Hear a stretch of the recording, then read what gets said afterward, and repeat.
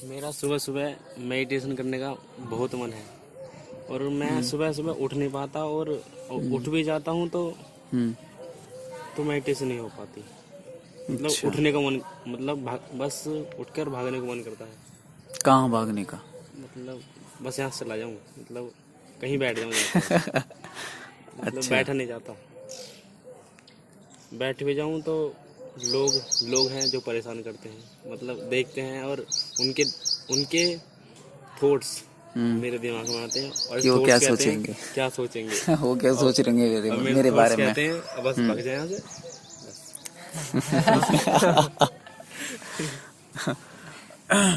क्या मतलब क्या क्या सोल्यूशन है इसका? देखो, इसको देखो ध्यान से जरा। ये तो क्लियर है कि हाँ, इच्छा है भीतर, है ना?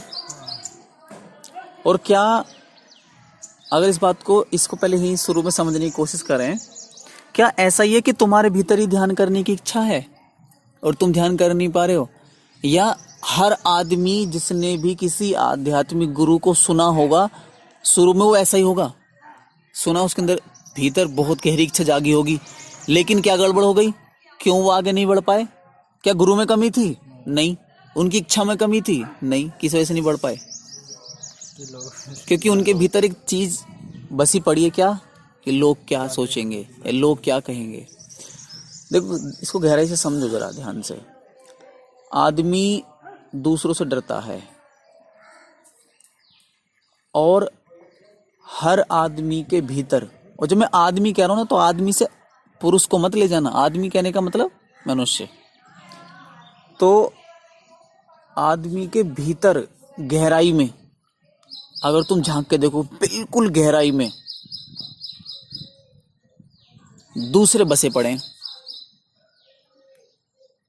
दूसरे लोग हो सकते हैं, मित्र हो सकते हैं, और परिवार के लोग हो सकते हैं, यानी अनजान भी, जिनसे मेरा कोई वास्ता ही नहीं है, जिन्हें मैं जानता नहीं, दूर दूर तक कोई जान पहचान नहीं, वो भी आदमी मेरे भीतर होता है। और तुम अगर गहराई से देखो ना, तुम्हारे जितने भी काम है, सुबह आंख खुलना और रात को आंख बंद होना, इस बीच में जो भी तुम करते हो, केवल और केवल इच्छा के बल पर नहीं कर रहे हो, दूसरों के डर की वजह से कर रहे हो। यानी हर एक काम में, तुम्हारे हर एक काम में दूसरे बैठे हुए हैं। यहां तक कि अगर तुम सो भी रहे हो ना, तो सोने में भी कौन है? दूसरा। यानी तुम्हारे हर काम के केंद्र में, हर काम के सेंटर पॉइंट पर कौन है? दूसरा है।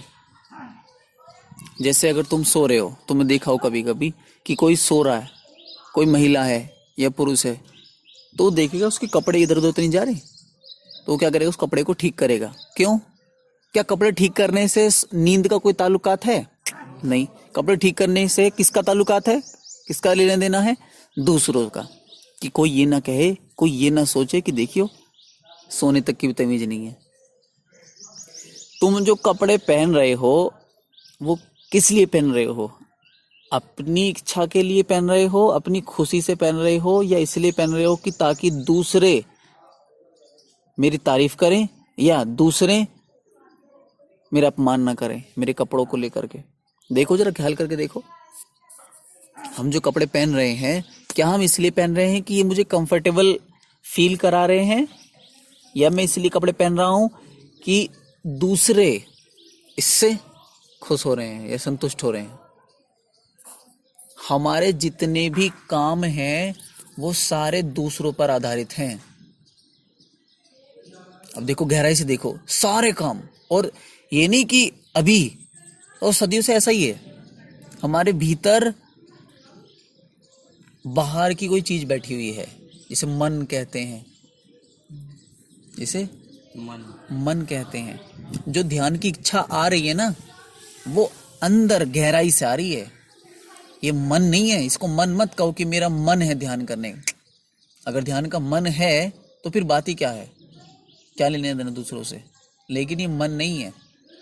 मन के पीछे जो हमारा सेल्फ है, जो हमारी एक्चुअल बीइंग है, जो अस्तित्व हमारे भीतर है, जिससे हम बने हैं, जो स्रोत है हमारा, तो वहां से ये इच्छा आ रही है। लेकिन मन क्या कह रहा है कि लोग क्या कहेंगे। क्या ऐसा नहीं है कि हर आदमी के भीतर कभी न कभी कोई इच्छा पैदा हुई है अपने आप को एक बेहतर इंसान बनाने की, अपने आप को जानने की, लेकिन क्यों नहीं कर पाते वो, क्यों नहीं जान पाते? क्योंकि उनके भीतर कोई दूसरा बैठा है। तुरंत उनके मन में ख्याल आ, इधर तुमने किसी गुरु की बात सुनी, इधर मन में बात आई, इधर मन में ख्याल आया कि चलो मेडिटेशन में बैठते हैं, लेकिन इधर तुरंत एक सवाल आ गया कि घर वाले ये ना कहें कि ये तो सन्यासी हो गया, ये तो साधु संत बन जाएगा। अगर तुम छत पे बैठे हो, कभी कभी होगा, देखो तुम कि तुम छत पे बैठे हो, ठंडी ठंडी हवाएं चल रही हैं और मन कर रहा है कि आंख बंद कर लूं थोड़ी देर के लिए और बैठ जाऊं ध्यान में, लेकिन अचानक जैसे तुमने आंख बंद की तुरंत एक और विचार आ जाएगा सामने कि नहीं यार, पड़ोसी भी बैठा है छत पे, वो क्या कहेगा, वो क्या सोचेगा, और तुमने बातों वहीं खत्म कर दी। तो बिल्कुल बहुत गहराई में कौन बैठा है? तू बैठा है, इसलिए मैं नहीं है वहां पर। और देखो एक मजे की बात, देखो तुम्हें गड़बड़ कहाँ लग रही है? दूसरों में गड़बड़ लगेगी। तुम कहोगे कि मेरा जो पड़ोस, मैं इसलिए ध्यान नहीं करता, मन तो है मेरा ध्यान करने का। देखो तुम्हारा मन कितना चालाक है। मन कहेगा कि मैं इसलिए ध्यान नहीं करता कि मेरा मन नहीं है। मन तो बहुत है और बहुत जानता भी हूं, बहुत समझदारी है ध्यान करने की, लेकिन ये जो हरामखोर मेरा पड़ोसी है ना, ये देखता है और ये 4 आदमी में कहेगा तो बड़ी बेइज्जती हो जाएगी। तो हमने ठा करके ब्लेम किसके ऊपर डाल दिया? पड़ोसी के ऊपर, यानी दूसरे के ऊपर। अब देखो जरा ध्यान से, एक आदमी था तो वो डॉक्टर के पास गया। डॉक्टर से कहा, डॉक्टर साहब जहां भी शरीर में उंगली लगाता हूं वहां दर्द होता है। जहां भी उंगली लगा दी मैंने, अगर सर में उंगली लगाई तो दर्द सर में, अगर हाथ में उंगली लगाई तो दर्द हाथ में, अगर सीने में उंगली लगाई तो दर्द, और अगर पैर में उंगली लगा दूं तो वहां दर्द। क्या करूं? डॉक्टर भी एक बार को हैरानी में पड़ गया कि यार ऐसी बीमारी तो कभी मैंने सुनी भी नहीं, ऐसी बीमारी भी होती है, कभी हमारे MBBS में पढ़ाई नहीं गई। क्योंकि आदमी वही तो जानता है जो उसने पढ़ा है, जो सुना है। उसने कहा ये तो रिसर्च करनी पड़ेगी। तो उसने कहा कि तुम्हारी बॉडी का पूरा मैं एक्सरे करूंगा। पूरा एक्सरे किया गया, लेकिन कोई भी गड़बड़ नहीं आई। डॉक्टर बड़ा परेशान। डॉक्टर ने अपने सीनियर से भी कंसल्ट कर लिया कि ऐसे ऐसे एक मरीज है और वो ऐसे ऐसे बताता है कि जहां भी वो उंगली लगाता है वहां दर्द होता है, उसे क्या किया जाए। वो भी बड़े परेशान हुए। अगले दिन डॉक्टर ने उस मरीज को ही बुला लिया कि भाई ये बताओ कहीं चोट वोट लगी थी क्या? कि हाँ। कि कहाँ? उंगली में। चोट कहाँ लगी थी? उंगली में। अब जब उंगली में चोट लगी है, दर्द कहाँ है? उंगली में है ना। और तुम अब उस उंगली में दर्द है, तुम उस उंगली को कहीं भी लगाओगे तो लगेगा वहां दर्द है। ठीक ऐसे ही तुम्हें क्या लग रहा है कि गड़बड़ कहाँ है? पड़ोसी में, है ना, कि पड़ोसी पता नहीं क्या सोचेगा। पड़ोसी नहीं सोच रहा है इस बारे में। पड़ोसी को तुम्हारी जरा ही फिक्र नहीं। तुम जाओ भाड़ में, तुम देखो अगर तुम बर्बाद भी हो जाओ तो पड़ोसी नहीं आता। बाहर से पूछ लेगा, अच्छे देख लेगा, आएगा नहीं कहीं मदद करने के लिए। तो पड़ोसी में गड़बड़ है या कहीं गड़बड़ है? पड़ोसी क्या है? देखो, बाजू वाला पड़ोसी, आजू वाला पड़ोसी, सामने वाला पड़ोसी और मेरे पीछे जो रहता है वो पड़ोसी, ये पूरी दुनिया के लोग जो पड़ोसी हैं वो पूरा शरीर ही तो है। और वो उंगली कौन है? मैं हूं, उंगली खुद। तो जहां भी मैं देखता हूं तुरंत मुझे लगता है यहाँ गड़बड़ है, लेकिन गड़बड़ वहां नहीं है। गड़बड़ कहाँ है? मुझ में ही है। अब दूसरी चीज कि ये डर है ना, डर की वजह से नहीं कर पा रहे हैं। ये डर ही तो है। किसका डर?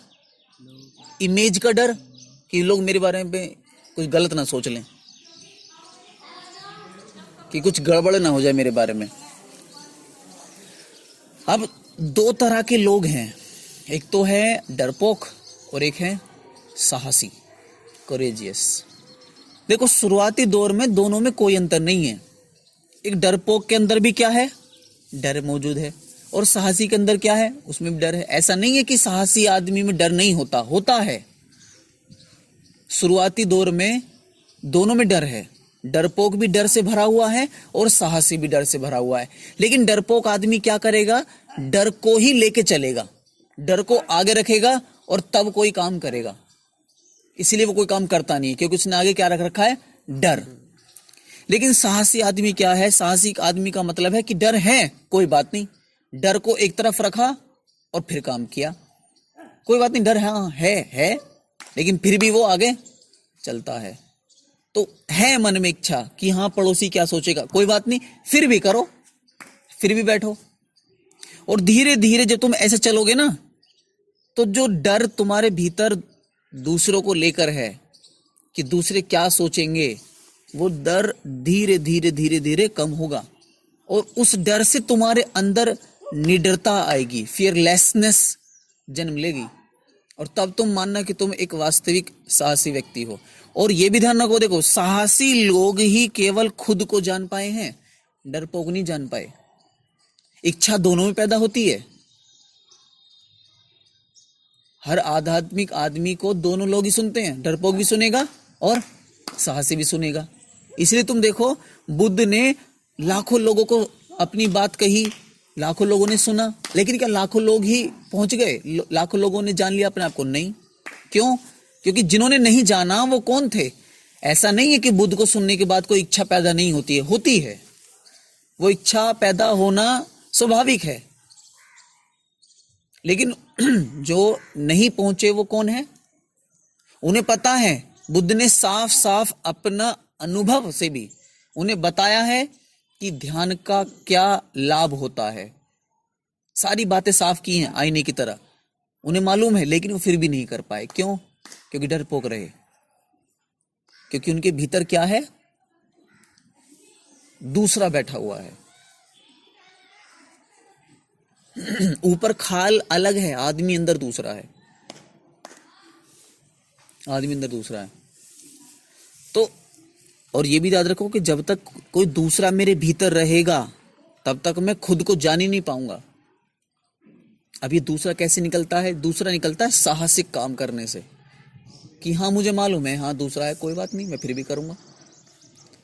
डर को एक तरफ रखा, दूसरों को भीतर एक तरफ रखा, ठीक है रहने दो, उन पे काम मत करो। जो गड़बड़ी है वहां काम करो ही मत। एक बात बताओ, जैसे दूसरों के बारे में सोचना, ठीक है, ये मुझे आगे नहीं बढ़ने दे रहा, ये मेरी रुकावट है, ये अंदर बैठी है मेरे अंदर, इसको मैं अंधकार मान लेता हूं, ये अज्ञान है। तो अब अंधकार को अंधकार से मिटा सकते हैं क्या? इसके बारे में सोचूं मैं, यार ये क्या करूं, कैसे लोगों को कैसे बदलूं, तो उस आदमी को तुम बदलना चाहोगे ना। जब तुम अंधकार को अंधकार से मिटाना चाहोगे तो तुम क्या करोगे? जहां तुम्हें गड़बड़ लग रही है पड़ोसी में, तुम उसको बदलना चाहोगे। एक आदमी था, आदमी क्या, राजा था। ये कहानी मैंने सुनाई भी है कि अब वो राजा अपने महल से निकला और जैसे ही बागीचे में पहुंचा, ये कहानी उस समय की है जब जूते चप्पल नहीं हुआ करते थे। अब वो जैसे निकला, पैर में कांटा चुभ गया। अब देखा कि कांटा चुभा है। अब कुछ छोटे मोटे आदमी के पैर में तो कांटा चुभा नहीं है कि जो बात नजरअंदाज कर दी जाए। छोटे आदमी को कुछ भी गड़बड़ हो, वो बात नजरअंदाज कर दी जाएगी, क्योंकि उससे कोई लाभ नहीं होने वाला। तुम देखो आज जो बेचारे मजदूर लोग हैं, वो लॉकडाउन में किस किस तरह से अपने घर पहुंच रहे हैं, वो ही जाने। अगर तुमने उनकी स्थिति देख ली तो शरीर के अंजर बंजर हिल जाएंगे, तुम्हारे रोंगटे खड़े हो जाएंगे, आंसू बहने लग जाएंगे अगर उनकी स्थिति देख ली। लेकिन सरकार को उनसे मतलब नहीं है, क्योंकि वो छोटे हैं। तो छोटे आदमी को कोई गड़बड़ हो तो कोई उनके बारे में नहीं सोचता। अभी कल ही मैं एक मजदूर के बारे में पढ़ रहा था, तो वो बेंगलोर से साइकिल पे अपनी माँ को पीछे बिठा करके, पत्नी को आगे बिठा करके और बच्ची को अपने कंधे बिठा के ला रहा है बेंगलोर से। एक रिपोर्टर ने पूछा कि भाई कब से चले? उसने कहा 1 महीना हो गया मुझे चले हुए। सोचो क्या हालत हुई होगी इसकी। जेब में फूटी कोड़ी नहीं, और लॉकडाउन की वजह से लोग सड़कों पे नहीं, खाना बेचने वाले वो सड़कों पे नहीं, और किसी घर भीख मांगने भी जाऊं तो भीख देगा कौन? कोई नहीं। कैसे उसने अपना खान पीन किया होगा? लेकिन किसी को कोई परवाह नहीं। और वो एक आदमी नहीं, ऐसे लाखों लोग हैं जो इस समय भटक रहे हैं। जब मैं सुबह घूमने के लिए जाता हूं तो मैं रेलवे लाइन पर देखता हूं कि रोज बिहार जाने वाले लोग वहां मिलते हैं। कहां से आ रहे हो? मुंबई से, कोई दिल्ली से, कोई कहां से, पैदल पैदल, पैर में छाले पड़ चुके हैं, पेट में खाना नहीं है, चले आ रहे हैं बेचारे। लेकिन किसी को उनकी कोई परवाह नहीं, क्योंकि वो छोटे हैं। परवाह किसकी होती है? जो बड़ा है। बड़ा छोटा मतलब कहने का, छोटे से मेरा कहने का मतलब उम्र में नहीं, छोटे से कहने का मतलब रुतबे में, पोस्ट में, पद में। अब तुम देखो, बड़ा इस समाज में, इस संसार में उसे माना जाता है जिसका रुतबा बड़ा होता है, चाहे भले ही उम्र छोटी हो। जैसे अब जिस आदमी की मैं बात बता रहा हूं, लगभग उस आदमी की उम्र होगी 50-55 के करीब। किसी को कोई लेना देना नहीं। अभी एक अभिनेत्री है करीना कपूर खान, उसका बेटा है, नाम मुझे याद नहीं है और वो जरूरी भी नहीं है याद रखना। तो अगर वो लैटरिंग भी कर देगा तो तुरंत मीडिया में खबर आएगी कि आज उनके लड़के ने पीली लैटरिंग करी है। अब वो बड़ा हो गया है, जानते हो क्यों? उम्र में अभी कितना सा? बहुत छोटा, शायद 6 महीने का होगा, इससे ज्यादा नहीं।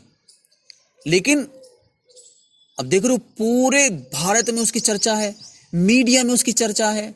क्यों? क्योंकि उसका रुतबा बड़ा है, उसकी मां का रुतबा बड़ा है, उसके बाप का रुतबा बड़ा है। तो इस दुनिया में केवल उनकी सुनी जाती है, उनका ख्याल किया जाता है, उनके दुख दर्द मिटाने की कोशिश की जाती है। जो लोग बड़े हैं, जिनका रुतबा बड़ा है, जिनके पास नाम है, पैसा है, प्रसिद्धि है, लोकप्रियता है, केवल उनकी। मानवता के छितड़े उड़ा चुके हैं ये दुनिया। ये मानवता का यह धंधा होता है, मानवता के नाम पर।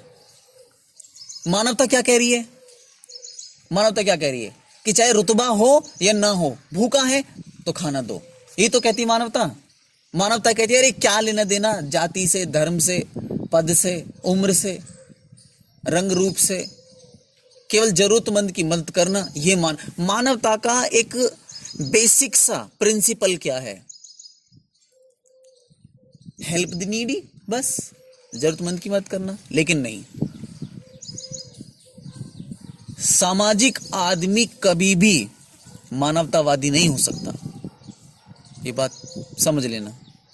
क्योंकि उसके भीतर समाज बैठा होता है और समाज केवल उसी की सोचता है, उसी के बारे में, उसी की मदद करता है जिसके पास कुछ है, रुतबा है, नाम है, पैसा है, अगड़म झगड़म सब है उसके पास।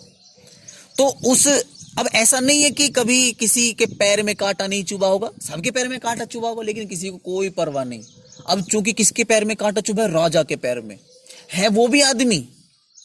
अगर किसी एक बुजुर्ग भिखारी के पैर में कांटा चुभे तो क्या करेंगे? उसको उठा के फेंक देंगे।